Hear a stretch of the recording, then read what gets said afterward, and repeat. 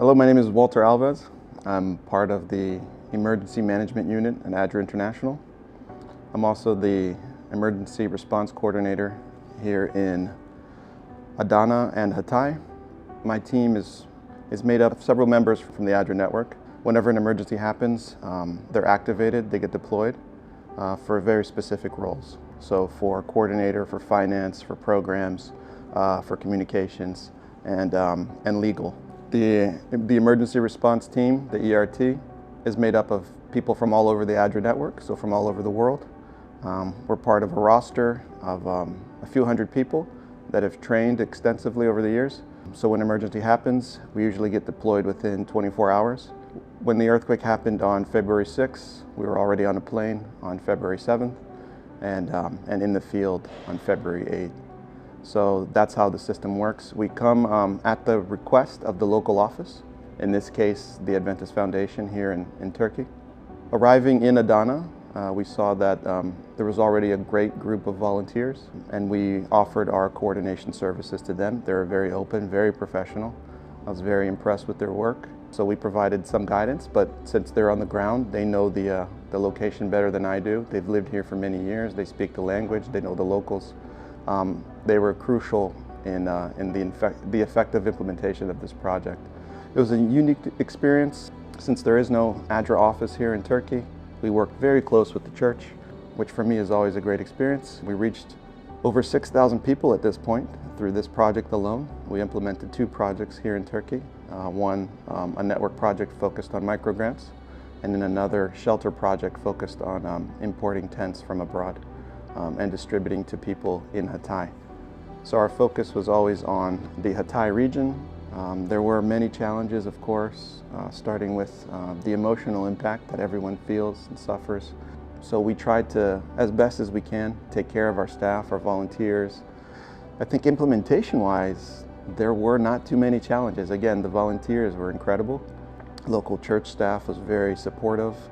Our network was supportive worldwide whenever we needed help. We reached out and they responded very quickly.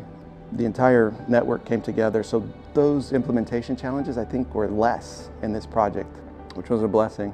So again, the main challenge here was just how widespread the devastation was, especially in Antakya. I was there, a few days after the earthquake, and it was just so powerful to see an entire city basically just leveled, and then the thousands and thousands of people evacuating on that night. Just families piling all their belongings that they could get out of the rubble, and then getting into cars and leaving, and the government using buses and shuttles to get people out of the region because it was unsafe to stay there. Our project focused on the most vulnerable. Those were the people that were unable to move, the most poor, that they need shelter, they need food, they need hygiene items. As part of our work, I always say, let's go slow, and then we move really fast. And the going slow part is called the rapid needs assessment. So we do have to be on the ground. We do have to conduct some interviews with the local responders, with the beneficiaries, to see what their needs are. We don't want to bring in things that are already there in great supply. So in the first few days, we saw that there was a lot of clothes, there was a lot of food, but there were no shelter items, there was very little hygiene items. So we focused on that part as well.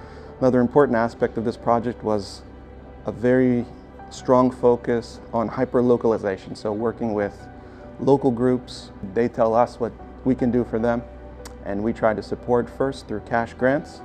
However, in Hatay, the situation was rather critical, where cash grants didn't really make much sense for most people, so they did request that we provide the logistics services to them to bring in kind. So shelter items, tents, heaters, natural gas, stoves, feminine products, baby products, diapers, those sorts of things. That the stores were destroyed, so there's no way that we could give a cash voucher to them and then they could go buy it themselves. That's always our first option, but in this case it wasn't an option. So again, we listened to the locals. We partnered with over 10 local organizations that we connected in the first few days. So that was incredible. It's always difficult to find the right partners, to find trusted partners. But in this case, things came together. I think God blessed us in a way that we were able to find those people, those groups, those organizations, local NGOs, that we're able to support. And again, over 6,000 people reached, so we're able to do a lot with limited funds, limited personnel, but a lot of passion, a lot of energy that was focused on a very strategic response. So I think that for me made this, this experience extremely powerful, not just the suffering and the destruction, but also how people came together from all over the world to respond in an effective way. We're here to provide support, and that's what we do.